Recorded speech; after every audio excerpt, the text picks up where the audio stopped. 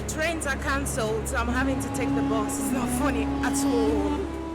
Hi everyone, welcome back to my channel. Last week, I was talking to a woman who is doing very well in her career. She works in a law firm in the city. However, she's not feeling fulfilled at all.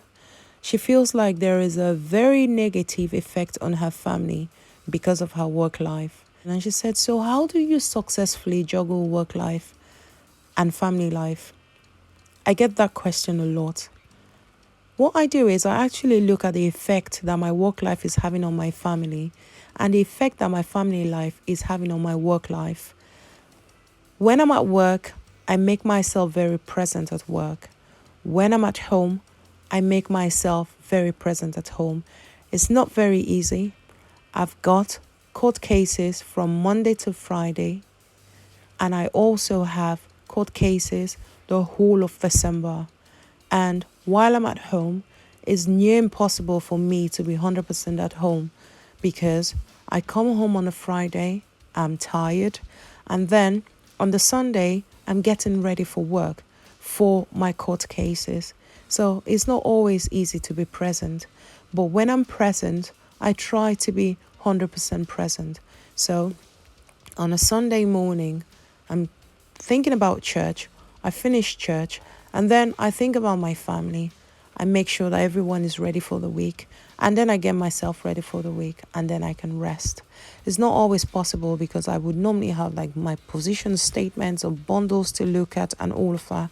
But the main thing is that I am very intentional about spending time with my family, making sure that my children are doing well at school, their homework is okay and all of that.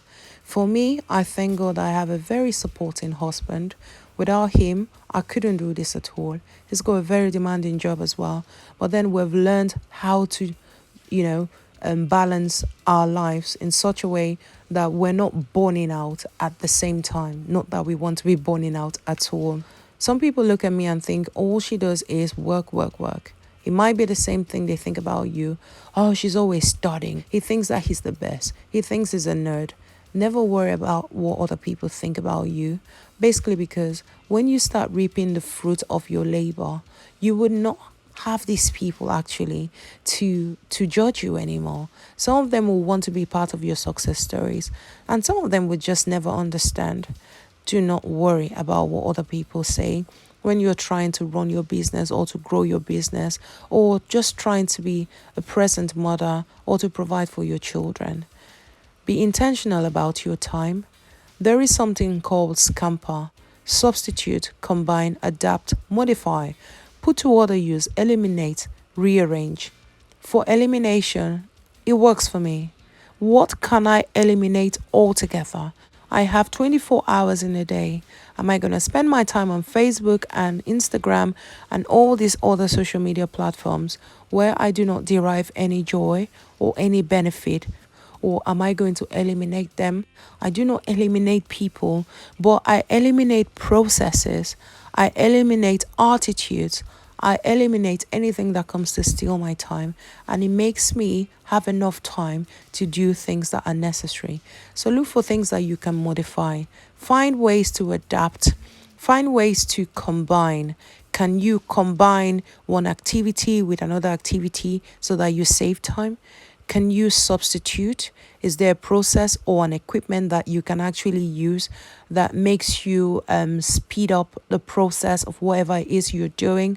My brother was telling me that I could listen to, no, this was my husband now telling me that I could listen to some of the things I listen to on double speed and all of that. My brother was telling me of a software where you can actually look through paperwork so quickly. These are things that you can use. So find technology that helps you have more time. That way you can cut the time that you spend doing something at work and then use that time for family. Or with your family, it might be that you have daughters, you have to deal with their hair. You can deal with their hair this week and then let someone deal with their hair next week. I know the coronavirus has made it difficult. You might need a cleaner to just come clean your house. When people used to say to me, I have a cleaner come clean my house twice a week, I used to think, so what are you doing with your time?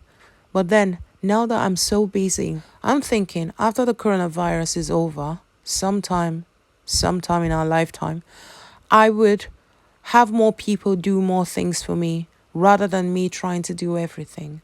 Another thing is reevaluate how you show up in each role. When you're present in one role, it's good when you're 100% there. Maybe not 100% because it's not always possible.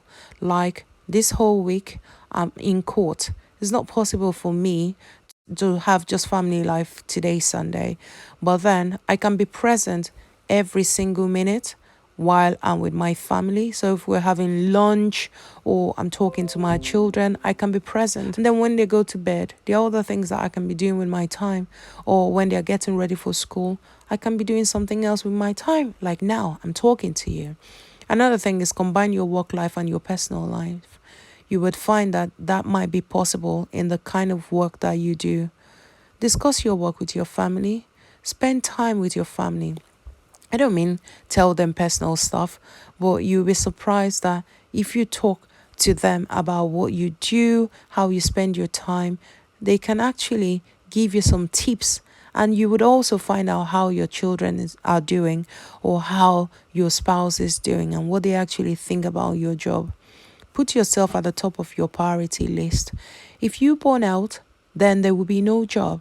Like, I'm very particular about people coming to see me in the office. And when they come, I'm very particular about people wearing a face covering. Basically because I put myself out up there. If I put myself out there and then I get very sick and then I cannot manage my business, of what use am I? I am someone who people run to when they have problems, and I am the face of my business. And then with the kind of work that I do, I cannot delegate my voice, I cannot delegate what's in my brain.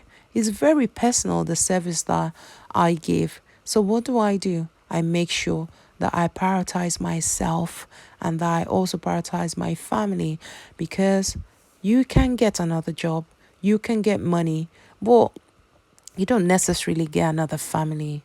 Manage your stress level. This is so important. This is important because you cannot do any successful job where you're not stressed.